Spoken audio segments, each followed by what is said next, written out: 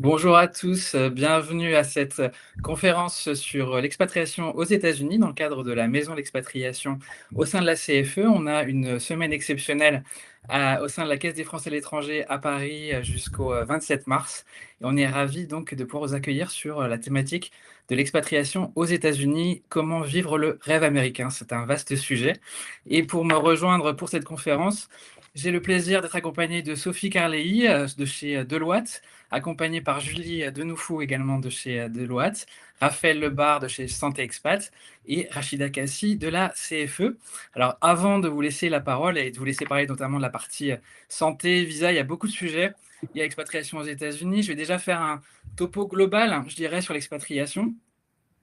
Alors partir aux États-Unis, en effet, c'est un rêve qui est toujours, accessible pour les Français, hein, même dans le contexte actuel. On parle beaucoup, bien entendu, des problématiques géopolitiques au sein des États-Unis, mais c'est un pays qui fait encore rêver. On a, même, 1,7 million de Français qui sont inscrits sur le registre des Français établis hors de France aux États-Unis. On en compte déjà plus de 150 000, donc c'est quand même une belle part, de nos Français à l'étranger.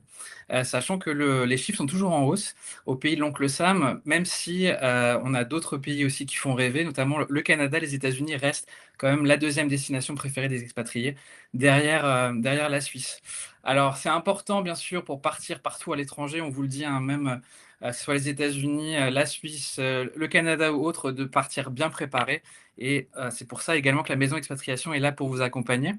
Alors, quelle destination choisir? Je dirais que c'est vraiment la première question. Peut-être que vous, dans le chat, d'ailleurs, vous pourrez nous dire aussi un peu, vos envies, où vous voulez partir. Sachez qu'en tout cas, les Français, sont répartis un peu partout aux États-Unis, bien entendu, en particulier à New York, qui est la principale, destination d'expatriation pour les Français qui décident d'aller aux États-Unis. Mais ils sont également à Los Angeles, à San Francisco, dans d'autres villes aussi, à Boston, Washington, Chicago, Houston, Miami, qui sont des villes qui font aussi rêver les Français, qui permettent aussi pour eux d'avoir des belles opportunités professionnelles. On sait qu'on est dans un pays aussi qui n'est pas enclavé comme on peut l'être parfois en France. On pose beaucoup à Paris pour une destination d'expatriation. Aux États-Unis, bien sûr, il y a d'autres villes qui font rêver, qui apportent aussi plein de types d'opportunités. En revanche, il faut vraiment prendre en considération les différences entre les États qui sont plus ou moins chers. Le coût de la vie sur place, hein, va vraiment évoluer, que vous partiez vivre à Houston, vous partiez vivre à Miami, à Los Angeles, à New York ou dans une petite ville américaine, bah, bien entendu, le coût de la vie va être très différent. Les taxes aussi sont différentes d'un État à un autre, hein. On sait qu'il y a beaucoup de Français qui vivent à New York, qui préfèrent notamment aller vivre dans le New Jersey, où là, les taxes sont un peu plus, je dirais, adaptées actuellement au coût de la vie en général. Et puis, bien entendu, il y a les questions de qualité de vie, hein. L'idée, c'est de partir aussi dans une ville où vous vous sentez en sécurité. Si vous voulez notamment élever une famille, c'est important de le prendre en considération. Et puis également, si vous voulez aussi partir dans un climat plus doux, les hivers à Chicago sont beaucoup moins sympathiques que ceux à Miami. Donc pensez-y aussi pour vos destinations de départ. C'est important également de prendre en considération les communautés françaises ou francophones qui sont sur place, hein. C'est vraiment aussi des appuis importants pour vous. Et puis bien entendu, il y a des réglementations qui spécifiques, même en termes d'immigration, en fonction des différents États, et ça on en parlera juste un peu plus tard. Alors sachez que nous, ce qu'on vous dit déjà à la maison d'expatriation, c'est de prendre rendez-vous avec nous. On a des conseillères qui sont là pour répondre à vos questions, prendre le temps aussi de pouvoir parler de votre projet d'expatriation. Mais on est souvent surpris du nombre de Français qui décident de partir quelque part sans forcément y être allés en vacances, si ce n'est que quelques semaines, pour se prendre un petit peu le pouls de la destination. Donc c'est important, on vous précise, ça peut paraître un peu simple, mais partez sur place, partez en vacances. Prenez un petit peu aussi la considération de la vie sur place, testez aussi des différents quartiers et surtout aller à la rencontre déjà des Français, des expatriés qui vivent sur place. On peut se créer un réseau même à distance, donc c'est important vraiment, déjà de se faire des contacts et pour ne pas être complètement, perdu. Je dirais avoir un bon niveau d'anglais aussi avant d'arriver, hein, c'est essentiel, même si vous avez un travail qui, requiert le français, il y a quand même pas tant que ça, donc c'est quand même important d'avoir un bon niveau d'anglais. Et surtout aussi de pouvoir, je dirais, vous immerger dans la culture aussi américaine, commencer à discuter ou faire des amis aussi localement peut vous aider à vous améliorer. Mais en tout cas, c'est essentiel, d'avoir ces différentes informations avant d'envisager un départ, plus prolongé. On a bien entendu une grande question, c'est comment trouver un emploi aux États-Unis, puisque la plupart des expatriés parlent dans le cadre, aussi, professionnel. Alors que ça soit via leur entreprise, hein, il y a quand même des mutations qui sont possibles aussi, si vous travaillez pour des sociétés qui sont implantées aux États-Unis. Mais pour beaucoup, partir aux États-Unis, c'est, chercher une autre opportunité d'emploi, trouver un travail, voire monter son entreprise. Alors sachez qu'aux États-Unis, alors c'est le cas aussi en France, mais c'est encore plus le cas aux États-Unis, le networking est vraiment une pratique essentielle. C'est important d'avoir un réseau sur place. On dit voilà, que plus de 85 des postes sont pourvus grâce au réseau de contacts professionnels. Donc c'est vraiment essentiel pour vous de vous faire un maximum de contacts, que ce soit des personnes qui vivent en France, qui ont vécu aux États-Unis, qui ont encore des contacts sur place qui peuvent vous aider. Mais bien entendu, utilisez LinkedIn pour entrer en contact avec des clubs d'affaires. Vous pouvez aussi déjà avoir aussi une perspective sur votre domaine d'activité. Je dirais un conseil que je donne souvent pour les personnes qui veulent partir à l'étranger et trouver un travail. Imaginez-vous votre poste idéal et essayez de trouver une personne qui a déjà ce poste. Trouvez-le sur LinkedIn, commencez à lui parler. Les gens sont quand même assez généreux aussi dans le cadre de retour d'expérience. Donc c'est important aussi de se dire, voilà, je voudrais faire ce travail. Trouvons quelqu'un qui le fait déjà et essayons de savoir comment lui a procédé. Il y a beaucoup de clubs d'affaires qui sont, aussi disponibles. Alors, on a bien entendu, les plus connus, la French Tech, pour tout ce qui est donc, lié à la tech. Business France peut aussi vous donner des informations, notamment pour les jeunes qui veulent partir, en VIE. Les chambres de commerce aussi, sont présentes. Il y en a plusieurs, chambres, franco-américaines présentes sur le territoire. Une association comme la FIAF, donc les accueils, New York Accueil, Houston Accueil et cetera, peuvent aussi vous aider parce que maintenant, ils ont vraiment pris en considération aussi ces questions d'emploi, hein. Il y a beaucoup de job fairs qui sont créés aussi via ces associations. Et puis, notamment à New York, on a un club d'affaires qui s'appelle She the Movement ou le club 600 aussi, qui sont des clubs d'affaires intéressants pour aussi des personnes qui veulent monter leur entreprise et qui ont besoin un peu de retour d'expérience. Alors, on va parler de la question des visas. Et pour cela, Sophie Carley, est-ce que tu peux nous parler justement un petit peu de cette question épineuse des visas et l'immigration américaine? Oui, merci beaucoup Damien. Eh bien, écoutez, bonjour d'abord. Pour commencer, à toutes et à tous, je suis ravie d'être parmi vous ce matin. Donc, pour évoquer l'expatriation vers les États-Unis, et je vais essayer de ne pas être la briseuse de rêve, voilà, en cette fin de matinée. Alors, les visas. Les visas, vous allez en avoir besoin si vous souhaitez vous installer, séjourner sur le long terme aux États-Unis. Reste à savoir quel type de visa vous allez pouvoir solliciter. Il y en a un certain nombre aux États-Unis. Alors, la première chose, effectivement, qu'on peut évoquer ce matin, c'est quand même le durcissement de la réglementation en matière d'immigration vers les États-Unis. Premier mandat Trump, deuxième mandat, puis deuxième mandat avec toujours en fait ce leitmotiv qui est le BAHA, Buy American, High American. Donc là, on pose un petit peu le décor. Donc effectivement, pour pouvoir aller aux États-Unis, il va falloir avoir une bonne raison et prouver que vous allez apporter quelque chose à l'économie américaine pour effectivement qu'on vous donne ce fameux sésame pour pouvoir vous installer aux États-Unis. Donc en fait, il y a deux grandes familles de visas américains. Tout d'abord, les visas non immigrants. Dès là, on va trouver les visas de travail, puis le visa immigrant, qui est en fait la green card, qui est en fait le sésame ultime pour pouvoir se maintenir aux États-Unis, puisque c'est une carte multi-annuelle de 10 ans en règle générale, renouvelable. Et avec ce sésame-là, vous êtes tranquille et vous pouvez faire votre vie aux États-Unis. Et puis ensuite, vous pouvez éventuellement demander la citoyenneté américaine, en sachant que si vous êtes aux États-Unis, si vous avez des enfants aux États-Unis, c'est le droit du sol qui s'applique et que vos enfants seront américains. Ça, c'est important. Pourquoi? Parce qu'avec un visa permanent, la green card ou la citoyenneté américaine, ça a une petite interaction sur la situation fiscale. En effet, Julie, tu pourras le dire, mais effectivement, il y a une imposition sur le fait d'être américain ou détenteur de green card.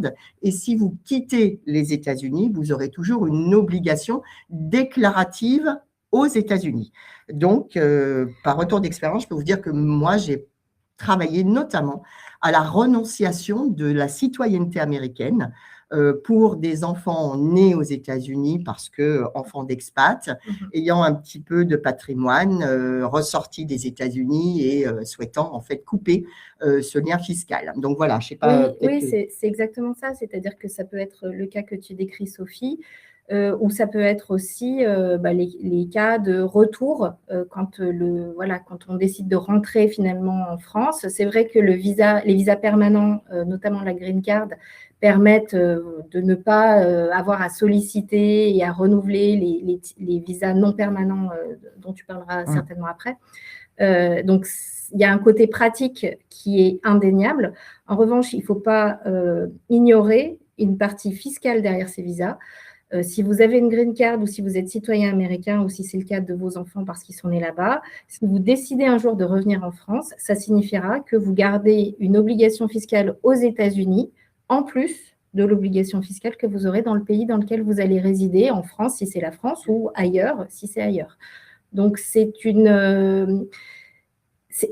paramètre à garder en tête. C'est facilitant d'un point de vue immigration, et c'est vrai que ça facilite la vie de beaucoup de nos clients qui font des allers-retours. En revanche, c'est quand même pas une décision à prendre à la légère. Évidemment, c'est adapté si votre souhait est de vous installer de manière pérenne aux États-Unis. C'est pas forcément adapté si on est dans des installations un petit peu plus temporaires. Et je voudrais juste préciser que pour l'ARS, pour le coup, les impôts américains ne rigolent pas avec ça et vont chercher vraiment les résidents étrangers. Tout à fait. Notamment qu'effectivement, en fait, Julie parlait d'aller-retour, en fait, toutes les entrées et sorties des citoyens non américains sont comptabilisées, et puis sérieusement, vers les États-Unis, et qu'il y a des liens entre l'administration, les borders, en fait, les douanes et l'administration fiscale. Donc tout ça, il faut être quand même très, très vigilant sur ce sujet-là. Donc, le droit du sol existe encore aujourd'hui. On ne sait pas ce que demain nous réserve et si la réglementation changera, mais en tout cas, il existe. Et puis, juste vraiment à titre anecdotique, pour des situations pérennes, sachez que le président Trump a en fait lancé the Trump Gold Card. Donc ça, en fait, c'est le 1 million visa. Donc si on met 1 million sur la table, on a le droit. Alors bien entendu qu'il y a d'autres conditions d'éligibilité que je ne connais pas, que je n'ai pas poussées. Mais en tout cas, si on met 1 million sur la table, on peut être éligible à ce 1 million dollar visa qui permet à son titulaire de demeurer aux États-Unis et d'y travailler. Et puis bientôt, on aura la Trump Platinum Card qui, avec 5 millions de dollars, sera bien mieux que la Gold, forcément. C'est comme les cartes de crédit. À côté de ces visas permanents, qui est vraiment l'ultime étape pour pouvoir effectivement se maintenir aux États-Unis et on va dire alléger les process administratifs, il y a des visas que l'on appelle des visas non immigrants, qui sont des visas de travail. Bien entendu, si vous avez le souhait de vous expatrier aux États-Unis et d'y travailler, il faut anticiper ce sujet-là parce qu'encore une fois, on ne joue pas. Il n'est pas question d'aller aux États-Unis pour y travailler sans en avoir, bien entendu, l'autorisation. Les plus communs, c'est les visas de type L1 qui sont réservés aux étrangers, aux salariés en situation de mobilité intragroupe. C'est-à-dire qu'on fait un transfert, Damien, tu l'évoquais tout à l'heure, il y a une mission qui va être faite, donc c'est la maison mère française qui a une filiale aux États-Unis et qui sollicite ce type de visa. Il y a 2 sous-catégories, on a les L1A pour les managers et les L1B pour les salariés qui ont des compétences techniques particulières. Ces visas sont limités dans le temps, ces visas de travail. L1A, c'est 7 ans maximum, L1B, c'est 5 ans maximum, mais ils peuvent, dans certaines conditions, quand même ouvrir la voie à la demande de la green card. Donc, en fait, on peut transformer son statut pour être sécurisé après les durées de validité de ces cartes. De ces visas de travail. La difficulté qu'on a en ce moment, c'est qu'effectivement, la réglementation, s'est durcie aussi sur ces types de visas mobilité intragroupe et qu'on n'est pas à l'abri d'une demande d'information complémentaire qui va allonger les délais d'instruction de ce type de visa. Donc, c'est pas le maître mot ici, c'est l'anticipation, même quand on est sponsorisé par son employeur. Et puis, il y a une condition d'éligibilité qui est importante, c'est-à-dire qu'il faut avoir 1 an d'ancienneté minimum pour pouvoir relever de cette catégorie de visa. Le visa H1B est un autre visa de travail. Alors, celui-ci est réservé aux embauches directes, c'est-à-dire qu'on est hors mobilité intragroupe.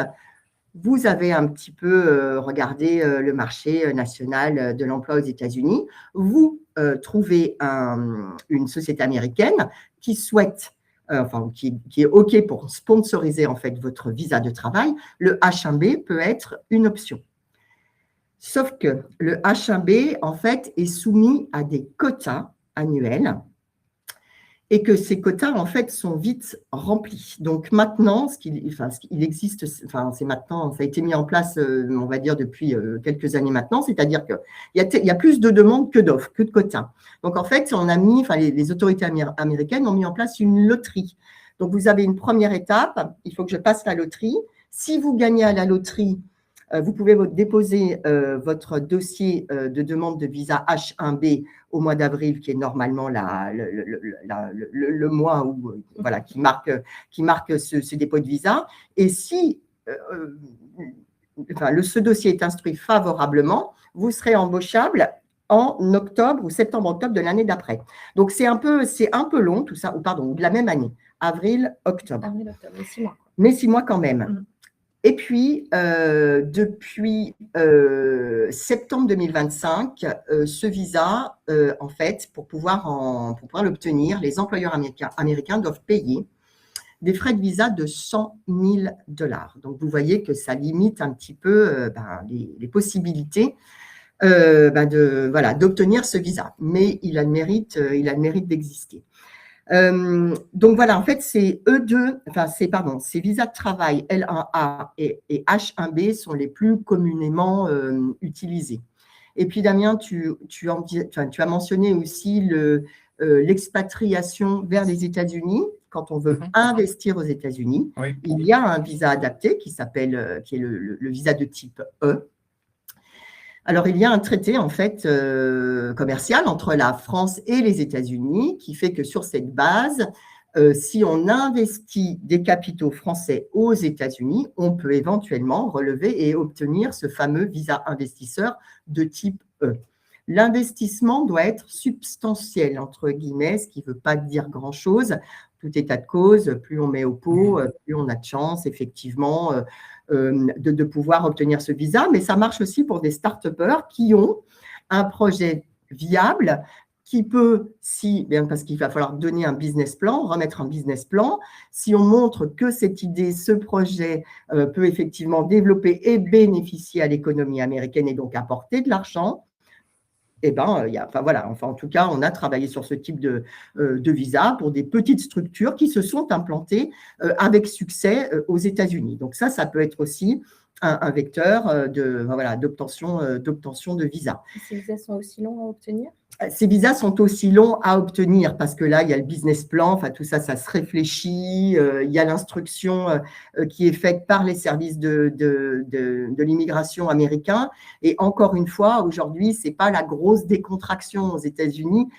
Donc voilà. Donc, ce qu'il faut vraiment faire, c'est réfléchir au projet, mais ne pas négliger, vraiment ne pas négliger et mettre peut-être vraiment sur le haut de la pile ce sujet sur de quel visa, dans quelle case je vais pouvoir me mettre pour effectivement pouvoir obtenir ce visa qui est vraiment c'est la condition, moi j'ai l'habitude de dire pas de bras, pas de chocolat, pas de visa, pas d'expatriation. Donc vraiment, c'est quelque chose qu'il faut garder en tête. Et puis aussi, vers les États-Unis, ce qui n'est pas forcément vrai partout pour tous les pays, mais il faut vous faire accompagner, il faut en tout cas être accompagné d'un avocat américain spécialisé en immigration qui va pouvoir vous guider. Alors, ça a un coût, ça aussi, bien entendu, il faut anticiper dans le budget, mais qui va pouvoir vous guider et surtout déposer ces fameux dossiers. Donc voilà, j'espère que… Mais encore une fois, hein, nous, on travaille sur tout un tas de dossiers avec nos collègues américains et bien sûr qu'on obtient des visas et on fait des expatriations réussies. Mais c'était juste, voilà, ça, il faut vraiment le garder en tête. C'est pour ça que c'est un sujet important. Et puis, je crois que voilà, on vous a donné vraiment, on a brossé c'est un peu rapide, mais en tout cas, voilà ce qu'on voulait partager avec vous ce matin sur ce sujet. Merci Sophie. N'hésitez pas à poser vos questions. Je vois qu'il y en a déjà aussi sur les questions de visa. On les prendra à la fin de la présentation. Oui. Mais effectivement, tu fais bien de le rappeler aussi, Sophie. Tout a un coût aux États-Unis. Il faut le prendre en compte aussi. Et s'entourer notamment d'avocats, ça a un coût, mais c'est essentiel. Dernière chose que je voulais évoquer aussi avant de parler d'un autre sujet important, la santé aux États-Unis. Encore une fois, quelque chose qui a un coût, mais qu'il faut également aussi auquel il faut penser. C'est la représentation qu'on peut avoir aussi, donc la représentation française qu'on a aux États-Unis. Donc, une fois que vous avez réussi à avoir votre sésame et avoir votre visa américain, vous pouvez toujours être, bien sûr, vous restez un Français expatrié. Donc, vous avez aussi des démarches françaises qui peuvent être faites sur place. Alors, pensez bien, c'est vrai que quand on n'a pas eu d'expérience à l'étranger, on pense toujours à l'ambassade comme la maison mère pour les Français, mais en fait, c'est vraiment le consulat qui va être un peu votre mairie, où là, vous pourrez justement aussi donc pouvoir refaire vos papiers, refaire votre passeport, votre pièce d'identité, pouvoir voter également, hein, c'est important, on peut voter depuis l'étranger. Il y a des élections aussi spécifiques, elles ont lieu au mois de mai, les élections consulaires, qui sont vraiment l'élection de vos représentants français à l'étranger. Donc, ils sont importants parce qu'ils sont là aussi pour pouvoir mettre en avant les besoins spécifiques des expatriés. On a la chance aussi d'avoir en France des députés et des sénateurs des Français de l'étranger qui sont là aussi pour nous représenter depuis la France, hein, pour toutes les questions nationales, mais également aussi sur les besoins spécifiques des Français de l'étranger. Pensez également qu'il y a aussi des aides sociales qui sont possibles pour les expatriés, des bourses scolaires, hein, l'éducation à l'étranger, si vous voulez mettre votre enfant au lycée français, elle n'est pas gratuite, contrairement à l'éducation qu'on peut avoir au sein du territoire national. C'est important de prendre ça en considération, mais pour il y a des seuils hein, de revenus qui permettent justement de l'obtention de bourses aussi, si vous mettez vos enfants dans ces écoles françaises à l'étranger, que ce soit du réseau AEFE ou de la mission laïque notamment. Mais également, l'administration française à l'étranger est également là pour vous soutenir en cas de difficulté, hein. Il y a des aides sociales aussi liées, des aides aux personnes handicapées, des aides aussi d'urgence en cas de gros soucis financiers. Donc sachez que vous êtes aussi soutenu. Donc c'est important, très important de s'enregistrer sur le registre des Français de l'étranger une fois que vous arrivez sur place. Ça permet à l'administration d'identifier que vous êtes présent sur place. En cas aussi de difficulté, hein, malheureusement, la situation actuelle dans le monde fait qu'il est important d'être identifié en cas de souci. Si vous devez être rapatrié notamment. Voilà, tout ça, ça facilite aussi le travail de l'administration. Donc cette inscription au registre, elle est essentielle et surtout, elle est très simple maintenant. Toutes les démarches sont très simplifiées. Tout se fait en ligne. Donc n'hésitez pas. Vous avez également des associations françaises comme la FIAF, donc, qui regroupe tous les accueils dont j'ai parlé auparavant, qui sont des associations de Français et de francophones qui vivent sur place, qui sont là aussi pour vous apporter un maximum d'informations. Plein d'autres associations françaises sur plein d'autres thématiques. Et bien entendu, on va vendre un petit peu leptjournal.com, hein, le média des Français et des francophones à l'étranger. Sachez que nous sommes présents à New York, à Miami, à San Francisco et à Los Angeles également, notre dernière édition aux États-Unis. Donc, on est là aussi pour vous accompagner, pour vous apporter de l'information en français. Et ça, je pense que c'est important aussi de rester connecté avec ce qui se passe sur place, mais également d'avoir ce lien avec la langue française pour pouvoir mieux appréhender aussi les questions d'expatriation. Alors, une des grosses questions de l'expatriation, aux États-Unis en particulier, c'est vraiment la santé. On sait que les frais de santé coûtent très cher aux États-Unis, donc il est vraiment essentiel d'être accompagné, de bien appréhender justement à quoi ça correspond et essayer d'imaginer un système qui est complètement différent du système français. Donc, pour en parler, justement, je vais laisser la parole à Julie de Deloitte. Oui, pour introduire le sujet, effectivement, la santé, c'est un sujet extrêmement important. Merci Damien. Mais c'est vrai que c'est un sujet qui se place dans ce qu'on peut appeler une grille de lecture de la mobilité internationale. Et la grille de lecture de la mobilité internationale que vous allez avoir sur le slide suivant, en fait, une mobilité internationale réussie, c'est effectivement une mobilité internationale, c'est un pays d'origine, la France aujourd'hui, et un pays d'accueil, aujourd'hui, les États-Unis, pour ce qui nous concerne. Mais la mobilité, elle est réussie quand vraiment on combine les 4 matières du droit qui sont mobilisées dans une mobilité, qui sont l'immigration, on l'a vu tout à l'heure avec Sophie, et c'est vraiment la porte d'entrée de la mobilité internationale.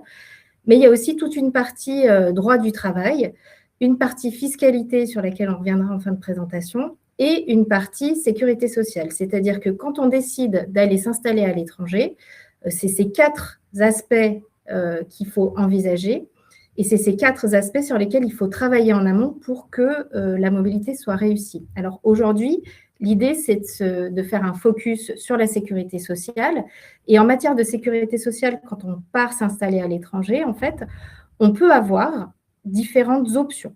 Et ces options, c'est ce qu'on appelle le détachement en matière de sécurité sociale et l'expatriation en matière de sécurité sociale. Là, la sémantique est importante parce que c'est vrai qu'expatriation, c'est un terme générique qu'on utilise pour énormément de choses pour ce qui concerne l'international, mais en matière de sécurité sociale, ça a un sens particulier.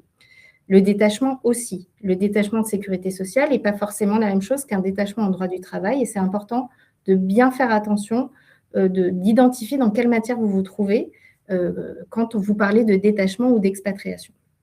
Alors, si on commence par le détachement en matière de sécurité sociale, en fait, le détachement, c'est ce qui permet de continuer à cotiser au système français alors qu'on va aller travailler aux États-Unis.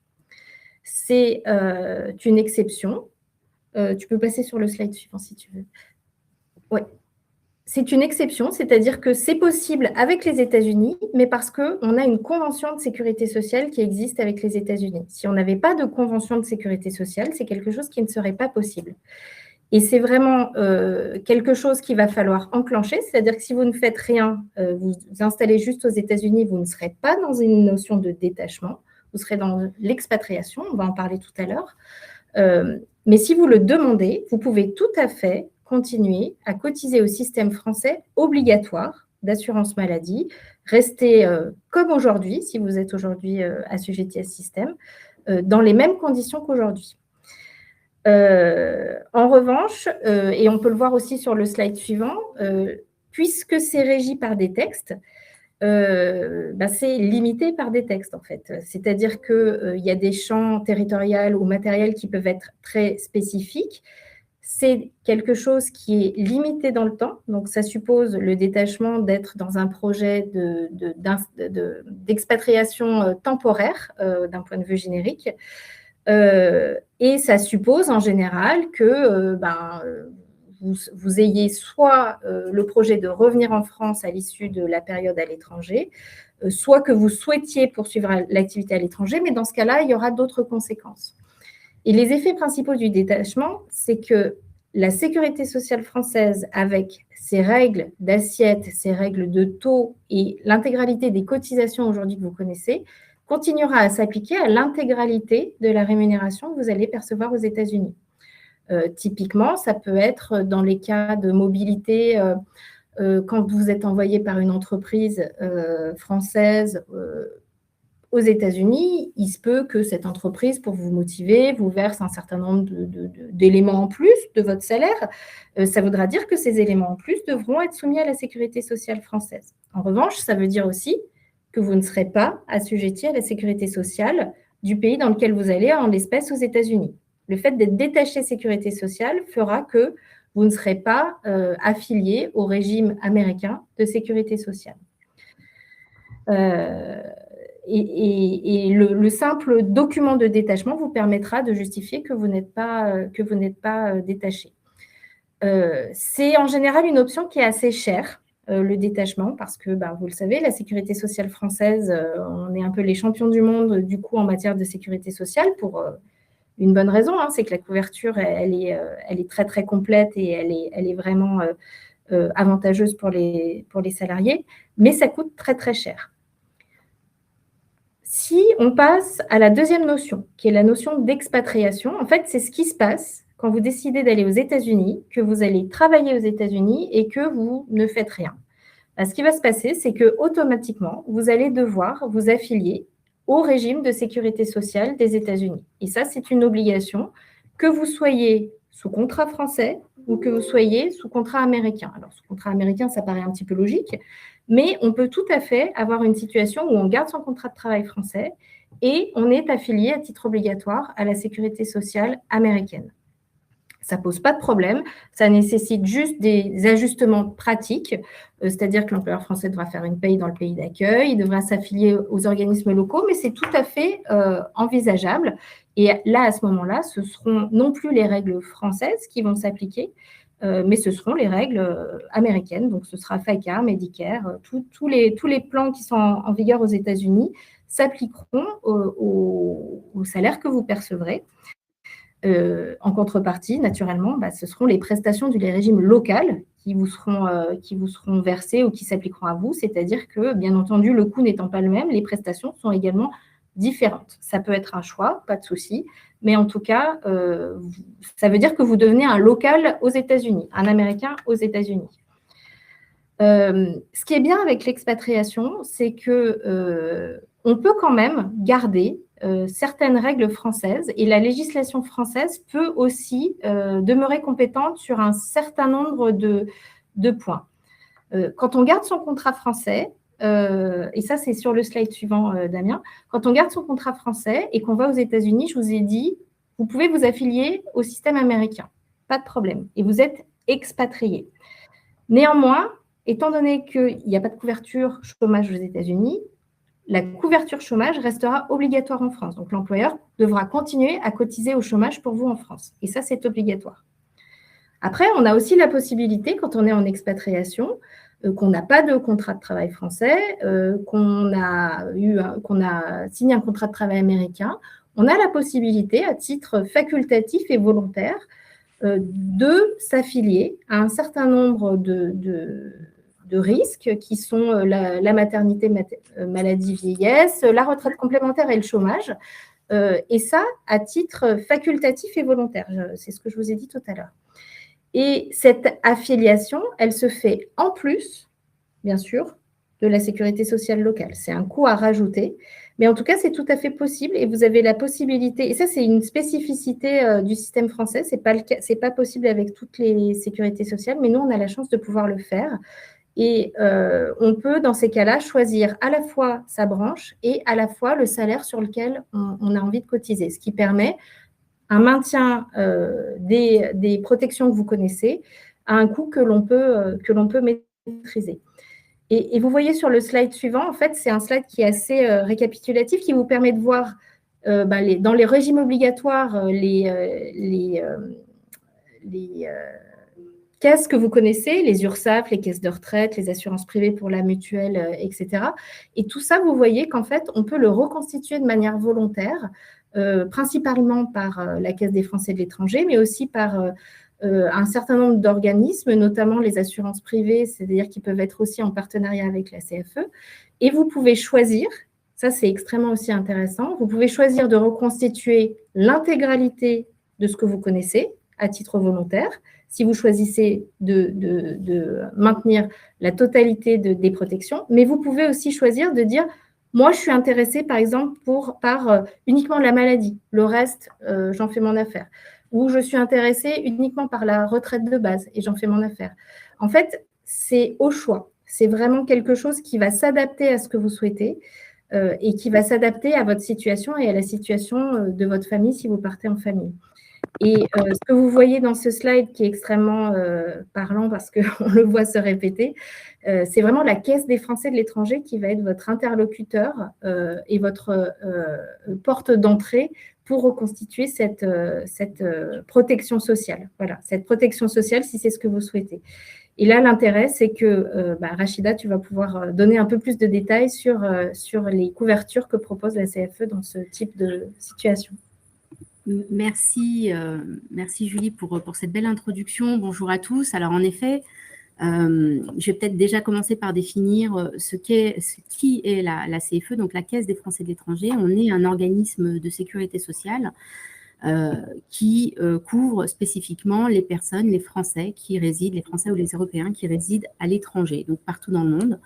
On est donc régi par le Code de la sécurité sociale et notre rôle est d'assurer les mêmes prestations que la sécurité sociale et les mêmes valeurs d'ailleurs partout dans le monde. Donc quand je parle de prestations, c'est des garanties de la sécurité sociale que je vais rappeler, qui sont la santé, la maladie, maternité, l'invalidité, les risques professionnels qui sont l'accident du travail et les maladies professionnelles, et la retraite. Alors aujourd'hui, je ne vais pas beaucoup détailler la retraite parce que on a une conférence jeudi qui sera le cœur du sujet.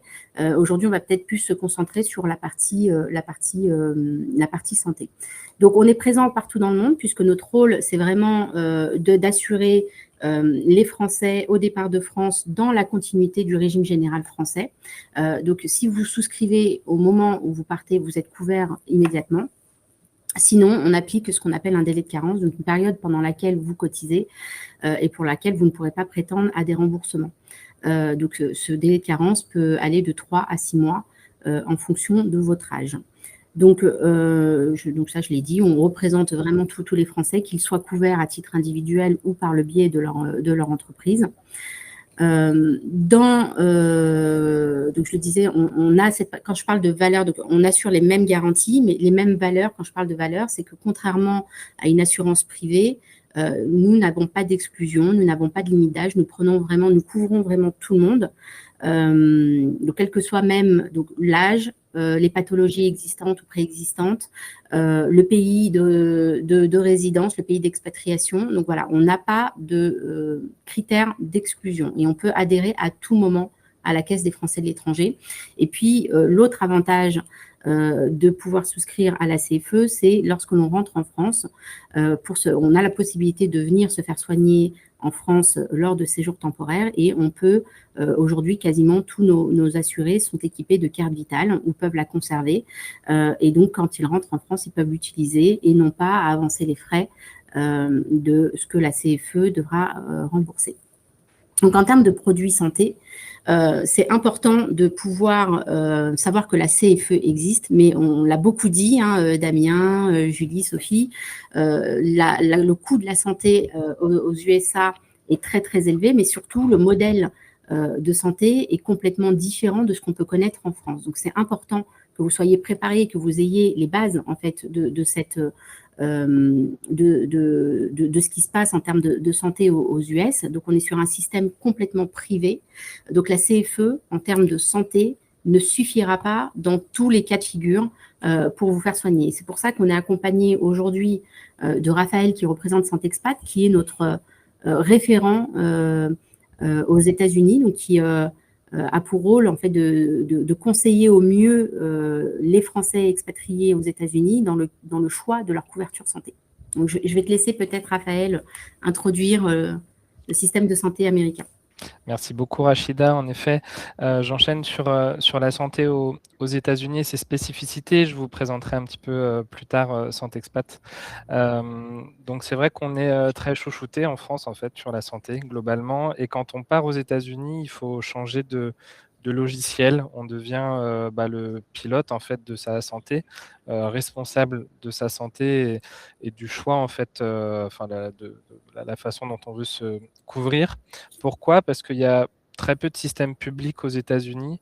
Je dis très peu parce qu'il y en a quand même un petit qui est listé sur la gauche, donc avec des dispositifs comme Medicare, par exemple, pour les personnes de plus de 65 ans. Donc, il y a un dispositif public pour assurer les personnes retraitées. Medicaid, plutôt pour assurer les personnes en difficulté financière. Le Children's Health Insurance Programme également. Et on a une spécificité sur l'Obamacare, donc l'Affordable Care Act, qui a été un petit peu détricoté par Trump. Donc, c'est une loi qui était passée, comme son nom l'indique, avec le mandat Obama, qui souhaitait déployer en fait un système public. Alors, on était encore, lui, il adore le système français de sécurité sociale. On en était assez loin avec cette loi-là, mais c'était un début. Et donc, ça incitait fortement les personnes à prendre des contrats locaux. Et surtout, ça obligeait les assureurs à couvrir les maladies préexistantes, à ne pas avoir de questionnaire de santé, par exemple, préalable à l'adhésion. Donc, c'était très vertueux. Et Trump a un peu détricoté cette loi-là. Il n'a pas réussi à l'abroger totalement. En revanche, il a réussi à enlever la pénalité fiscale. C'est-à-dire que avant Trump, si vous ne preniez pas un contrat qui correspondait à l'Affordable Care Act, donc qui n'était pas ACA compliant, vous pouviez avoir une pénalité fiscale de 2,5% de vos revenus. Et il y a 5 États aux États-Unis qui ont quand même réintroduit cette pénalité, dont la Californie, par exemple, le New Jersey, District of Columbia, le Massachusetts, qui sont des États dans lesquels il peut y avoir pas mal d'expatriés. Donc, si vous partez dans ces États-là, c'est un point qui est quand même très important. Vous n'êtes pas obligé de prendre un contrat local ACA compliant, mais vous pourriez être soumis à une pénalité si vous ne le faites pas. Et donc, il y a des assurances privées forcément qui compensent le fait qu'il n'y ait pas un système public très pertinent et performant. Donc, les plus, vraiment, les points très positifs du système de santé américain, c'est les soins de très bonne qualité. On sait que les États-Unis sont très innovants, ils sont toujours en recherche permanente et souvent en avance en fait sur certains traitements de santé. On peut choisir son médecin. Forcément, il y a pléthore de médecins partout aux États-Unis. Il y a vraiment le choix et donc un accès rapide, contrairement à ce qu'on peut connaître en France en ce moment avec pas mal de déserts médicaux. Aux États-Unis, on y est quand même moins soumis. Les côtés très négatifs, donc c'est le coût très élevé des soins. On le verra sur le slide suivant, mais il y a une différence qui est énorme avec ce qu'on peut connaître en France. Le manque d'assurance santé, je dirais plutôt le manque de clarté de l'assurance santé. C'est vraiment un langage totalement différent de ce qu'on connaît ici, où globalement la sécurité sociale prend une grande partie des soins à sa charge, très souvent 70%, et les mutuelles complètes. Alors ça dépend bien sûr des soins. Aux États-Unis, c'est l'assureur privé qui rembourse les soins tout seul. Et donc, il y a beaucoup de franchises qui sont appliquées par les assureurs locaux, donc avec des franchises qui peuvent être jusqu'à 5 000 $ par exemple par an et par personne. Donc nous, Français, c'est quelque chose auquel on n'est pas habitué du tout d'aller chez le médecin et de ne pas être remboursé tant qu'on n'atteint pas cette franchise. Quand on atteint cette franchise, on pense que le plus dur est fait et finalement non, il y a encore des copays, des copayments ou de la co-insurance, c'est-à-dire qu'on a toujours un reste à charge en fait, à chaque fois qu'on va chez le médecin ou à l'hôpital qui se cumule à cette franchise et vous êtes sauvé par une notion qu'on appelle le maximum out of pocket, c'est-à-dire qu'à un moment donné, le cumul des restes à charge atteint un certain plafond qu'on appelle donc le maximum out of pocket et à partir de ce moment-là, vous pouvez être couvert à 100%. Mais ce fonctionnement repart à zéro tous les ans, donc assez frustrant et assez confusant pour nous Français, donc assez peu de clarté. Très cher, donc beaucoup de gens ne s'assurent pas. Donc voilà clairement comment ça fonctionne aujourd'hui aux États-Unis. Je rajoute 2 notions qui ne sont pas sur ce slide, pardon. C'est la notion de PPO et la notion de HMO. Donc PPO et HMO, en fait, c'est 2 systèmes de réseaux de soins différents. Le PPO est beaucoup plus souple et correspond peut-être davantage à ce qu'on connaît en France. Donc, c'est des réseaux de soins ouverts. Si vous allez dans le réseau qui vous est proposé par l'assurance, tant mieux et vous n'avancez pas les frais sur place. Mais vous pouvez quand même aller en dehors du réseau. C'est juste que vous devrez avancer les frais et vous faire rembourser ensuite. Et le HMO, souvent moins cher, mais beaucoup plus restrictif. C'est-à-dire qu'il faut vraiment aller dans le réseau de soins, sinon vous n'êtes pas du tout remboursé des soins sur place.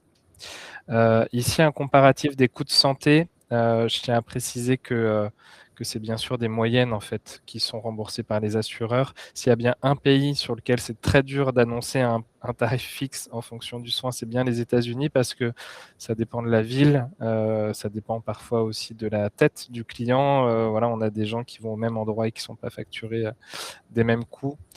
D'où l'importance d'avoir une assurance santé qui vous propose des réseaux de soins.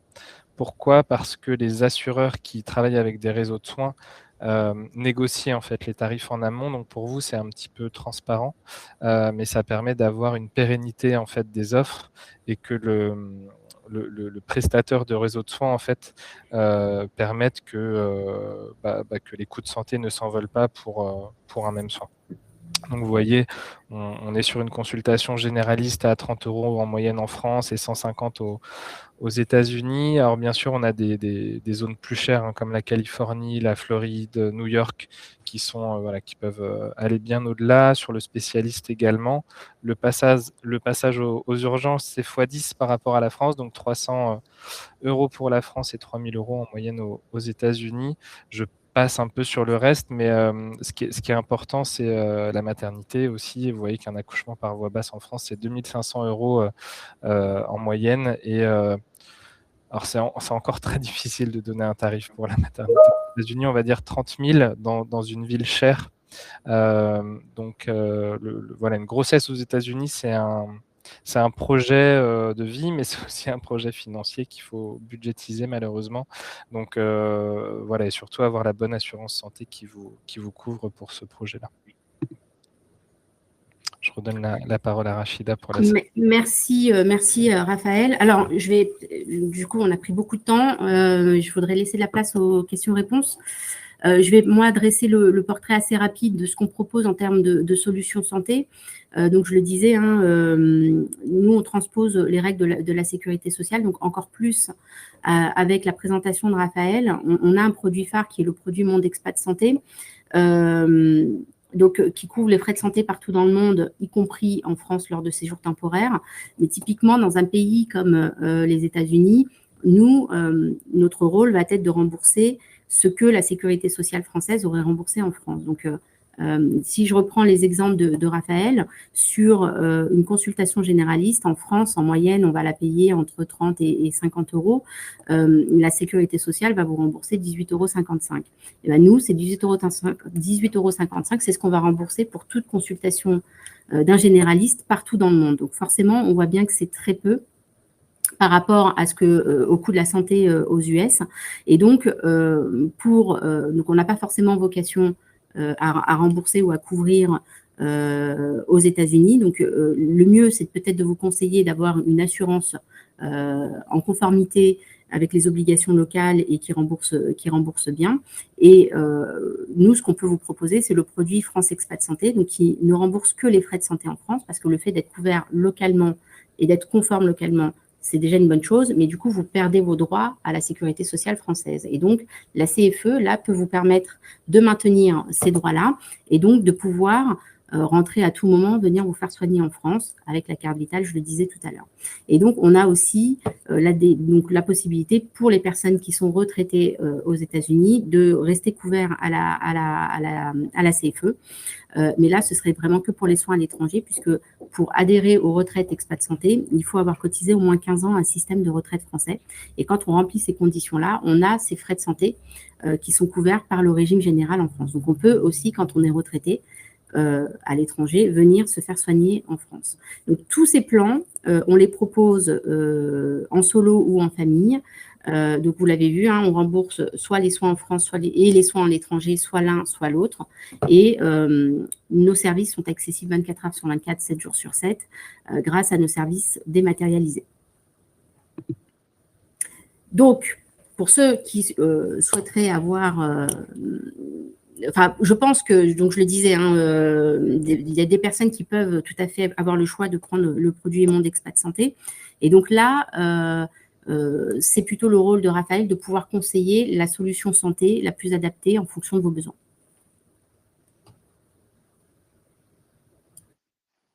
Juste remettre le son à Raphaël. Toujours bloqué. Merci Damien, c'est toujours plus pratique. Merci Rachida. En effet, donc nous, Santé Expat, on est courtier parisien et on est spécialisé sur l'assurance santé internationale et notamment aux US. Donc en effet, on est référent de la Caisse des Français de l'étranger sur cette destination et sur le Royaume-Uni. Et ça représente quasiment 50% de notre chiffre d'affaires, les États-Unis. Donc c'est vraiment un pays sur lequel on est très actif. On a notamment pris une participation majoritaire dans un courtier spécialisé localement qui est basé en fait aux États-Unis, qui s'appelle Agora Expat assez récemment. Donc, on veut vraiment dynamiser encore plus notre présence sur place. Je fais vite, en effet, comme le dit Rachida, on a pris pas mal de temps et il faut qu'on passe à vos questions et tâcher d'y répondre. On vous a mis quelques chiffres sur le contexte de la santé aux États-Unis. Donc, ça représente 17% du PIB, les dépenses de santé contre 12% en France, par exemple. 92% des Américains donc, ont une assurance, qui veut dire que 8% n'en ont pas. Et on sait qu'il y a des sujets d'obésité, par exemple, ce qui implique des dépenses de santé liées à cela. Sur les offres donc, que l'on peut proposer, comme le disait Rachida, en fait, la Caisse des Français de l'étranger est très pertinente, notamment pour préparer le retour en France et pour vos soins en France quand vous rentrez. En revanche, c'est vrai que pour les soins sur place, c'est insuffisant puisque les États-Unis sont hors concours sur le prix en fait, des soins. Donc, le fait d'avoir une complémentaire à la CFE est indispensable, puisque sinon, c'est à peu près 10% en moyenne ce que va rembourser la CFE sur cette destination. Donc voilà, ça rend l'assurance indispensable. L'idée, en fait, c'est chez Saint-Expat de faire un vrai audit des besoins du client. Est-ce qu'il a besoin d'hospitalisation seul? Est-ce qu'on a besoin de couvrir les soins courants? Donc les soins courants, c'est tout ce qui est consultation, pharmacie, analyse, etc. L'optique dentaire, la maternité, et ensuite vous proposez donc les garanties qui répondent exactement à vos besoins. On a réussi à trouver et à monter des produits avec des assureurs français, donc sans franchise, ce que je disais tout à l'heure, sans déductible, sans copay, sans out of pocket. En revanche, qui proposent quand même des réseaux de soins locaux. Donc c'est vraiment le meilleur des deux mondes. En fait, j'ai un contrat français, donc que je comprends déjà, avec une mutualisation du risque. Donc si je consomme beaucoup une année, mon contrat ne va pas exploser l'année d'après. Tous les clients ont la même revalorisation annuelle. En revanche, j'ai quand même une carte d'assuré américaine, donc quand je vais au comptoir de mon médecin, j'existe à ses yeux et je n'avance pas les frais ou je ne suis pas dans des démarches de self-pay qui rendent toujours les choses un peu compliquées, inconfortables aussi quand on habite dans un pays, mais finalement à chaque fois qu'on va chez le médecin, c'est une source de stress. Donc cette carte de réseau de soins est très importante et c'est ce qu'on a réussi à mettre en place sur la quasi-totalité de nos offres pour les États-Unis.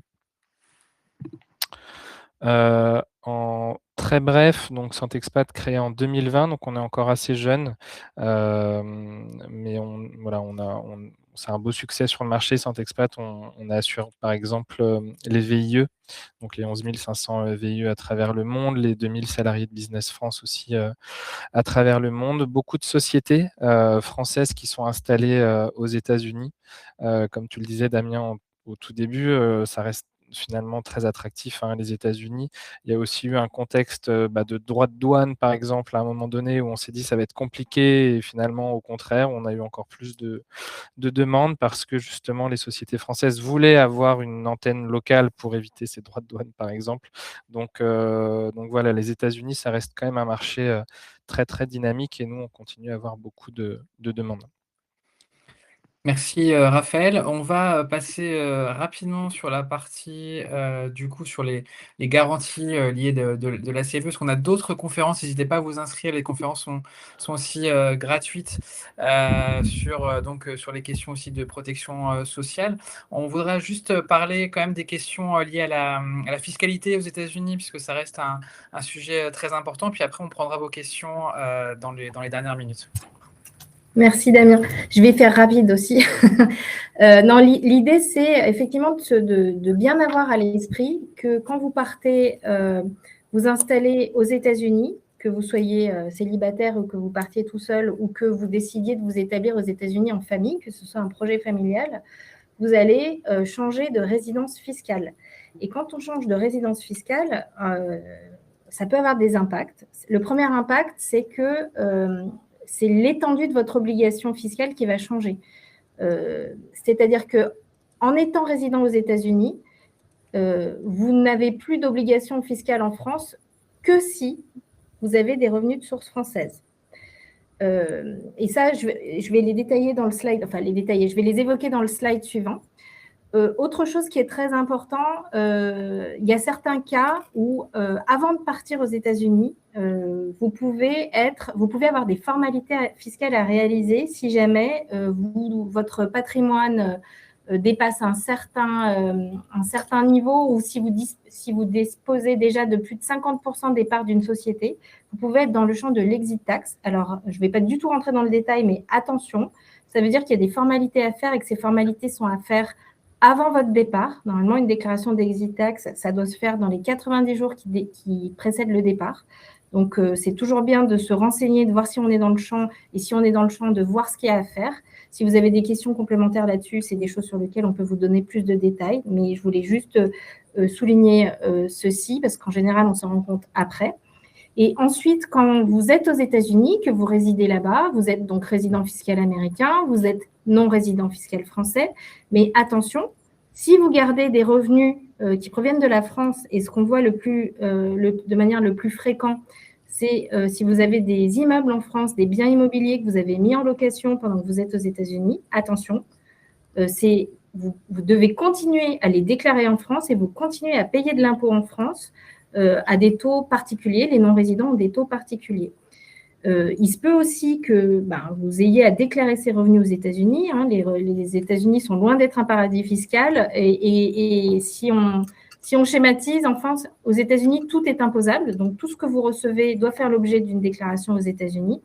Heureusement, on a une convention fiscale qui existe entre les deux pays qui permet d'éviter les cas de double imposition. Donc, si vous devez déclarer dans les deux pays, l'impôt que vous payerez en France pourra être pris en crédit d'impôt aux États-Unis. C'est des mécanismes qui fonctionnent très, très bien.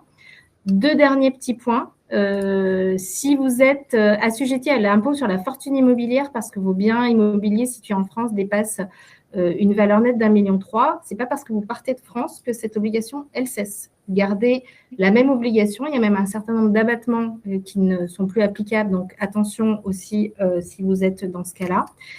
Et si vous avez gardé des biens en France et que vous décidez de les vendre, encore une fois, c'est vraiment le fait que cet immeuble soit situé en France fait que vous pouvez également devoir de l'impôt en France. C'est votre notaire qui s'en occupera, mais il se peut tout à fait que vous continuez à payer de l'impôt en France sur les cessions de biens immobiliers. Donc là, l'idée, c'est de bien vous faire un warning. Ce n'est pas parce qu'on part de France que tout s'arrête en France. Donc, voilà. Faites un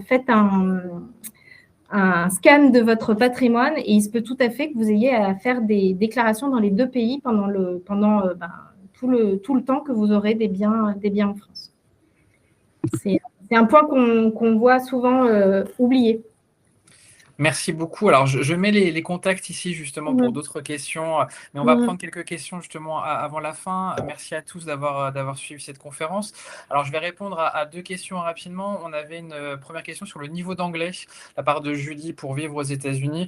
Est-ce qu'un niveau B1, B2 en anglais est suffisant? Alors, on dit souvent qu'un niveau B2, je dirais que c'est le minimum hein, pour pouvoir travailler aux États-Unis. Après, tout dépend du contexte. Pour des VIE, notamment, un niveau B1, ça peut suffire. Mais voilà, plus votre niveau sera poussé, mieux ça sera de toute façon aussi. Ça permettra aussi d'avoir d'autres types d'emplois.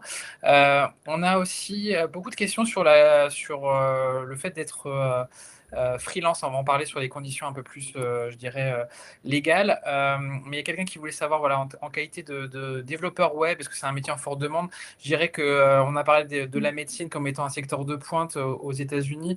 Tout ce qui est tech, bien entendu, aussi est un secteur de pointe. Il y a beaucoup de recrutements qui se font aux États-Unis, même si on avait un peu peur du côté de la Silicon Valley pour le recrutement à un moment de talents internationaux. Bon, ça concernait davantage, je dirais, les ressortissants indiens notamment, hein, qui travaillent beaucoup sur place.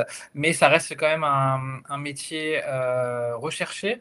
Bien entendu, on recherche aussi toujours les meilleurs dans leur domaine. Donc, je dirais qu'à partir du moment où plus vous êtes qualifié, hein, on cherche aussi des talents, plus vous êtes talentueux dans votre secteur, plus ça sera simple pour vous aussi d'être recruté dans des entreprises américaines. américaines. Alors, il y avait une question liée au visa. Alors, j'ai posé la question à Sophie. Oui. Sur les questions de visa L1, est-ce que ça s'applique uniquement lorsque la maison mère est française ou c'est également pour n'importe quel type d'entreprise étrangère? N'importe quel type d'entreprise, il suffit juste en fait d'apparaître que les sociétés d'accueil et d'origine apparaissent sur l'organigramme du groupe. Donc, il n'y a pas de contrainte de ce côté-là. Très bien, merci beaucoup. Alors, dans le cadre où je crée ma société et que j'ai du personnel freelance qui travaille pour moi, est-ce qu'il est important de le couvrir sur le point de vue médical avec une assurance? Est-ce que peut-être, Raphaël, tu aurais une réponse à nous apporter? Alors, juste le son également, c'est toujours mieux, Raphaël. Excuse-moi, ça a coupé, j'ai un problème de casque, tu disais? Est-ce que justement, dans le cadre d'une création de société, est-ce qu'il y a une obligation pour l'entrepreneur de couvrir par une assurance médicale son personnel en freelance? C'est une bonne question. Je dirais que non. Je dirais que non. Nous, on est très sollicités notamment sur les Français qui créent une entreprise localement. On les assure souvent à la française. On a souvent la question des salariés français et des salariés locaux, parce qu'en fait, il y a aussi des Français qui se mettent à embaucher des salariés américains. Et donc là, c'est un autre sujet et on les dirige plutôt vers des partenaires locaux.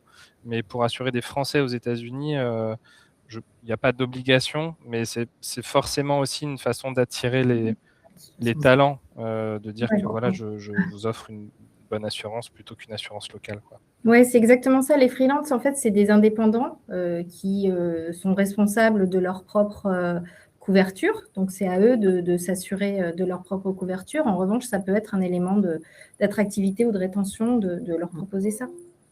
Justement, j'avais une question par rapport à ça. On a de plus en plus de Français qui veulent être justement, qui sont travailleurs indépendants.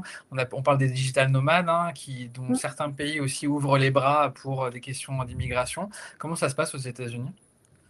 Il n'y a pas de visa, il y a pas de visa spécifique pour les télétravailleurs digital nomades aux États-Unis. Donc, voilà, il n'y a pas d'encadrement réglementaire. Donc, il n'y a pas de visa adapté, en tout cas, pour ces situations, Damien. Très bien. J'avais une question. Alors, je pense que tout le monde aussi se pose la question avec la situation actuelle des questions de rapatriement. Comment ça se passe? Peut-être, Rachida, dans les couvertures, dans les packs que vous proposez, comment ça se passe justement? Quelles sont les conditions de rapatriement? Alors, côté CFE, nous, comme je le disais, on n'assure que les garanties de la sécurité sociale, donc ce n'est pas une garantie de la sécurité sociale. En revanche, c'est souvent proposé dans les packs, effectivement, des complémentaires santé. Alors je laisserai plutôt Raphaël en parler, mais là où moi je donnerais un point de vigilance, c'est que c'est souvent des rapatriements, c'est rarement des rapatriements en France. Donc il faut bien vérifier ce que propose la complémentaire ou l'assureur privé. C'est souvent des rapatriements sur le plateau technique le plus proche, pouvant couvrir la pathologie. Mais je laisse du coup Raphaël compléter. C'est exactement ça en fait. Aux États-Unis, en plus, c'est un pays qui est bien équipé médicalement, donc il n'y a pas de nécessité de rapatrier pour des raisons sanitaires. Le rapatriement, c'est plutôt si on a quelqu'un qui vit aux États-Unis et qui est exceptionnellement en voyage, par exemple dans les Caraïbes. Là, en effet, le rapatriement peut aller vers les États-Unis ou vers le plateau médical le plus apte à soigner rapidement.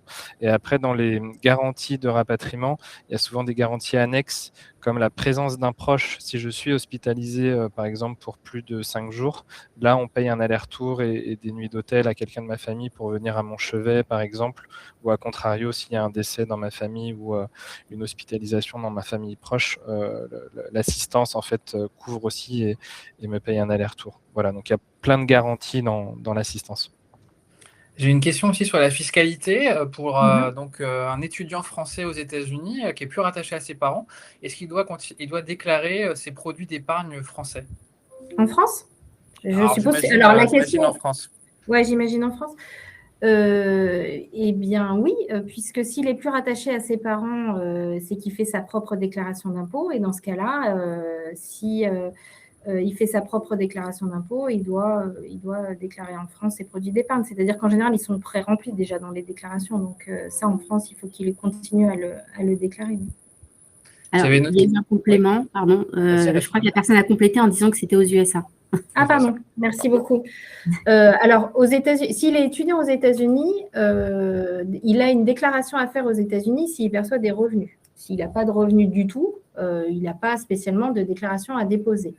S'il dépose une déclaration aux États-Unis, et ça c'est valable pour chacun d'entre vous, ce qu'il faut bien comprendre, c'est qu'effectivement tous les produits d'épargne, tous les revenus perçus de revenus d'épargne sont à déclarer aux États-Unis. Et quand je dis tous les produits, c'est effectivement tous les produits, y compris les produits qui ont une fiscalité favorisée ou inexistante en France, puisque le régime fiscal de faveur, par exemple, d'un livret A, dont les intérêts ne sont pas fiscalisés en France, ça ne s'exporte pas aux États-Unis. Donc, s'il y a une déclaration à faire aux États-Unis, on doit déclarer aux États-Unis les intérêts du livret A et de l'intégralité des revenus qu'on perçoit sur des comptes français. Oui, tout à fait.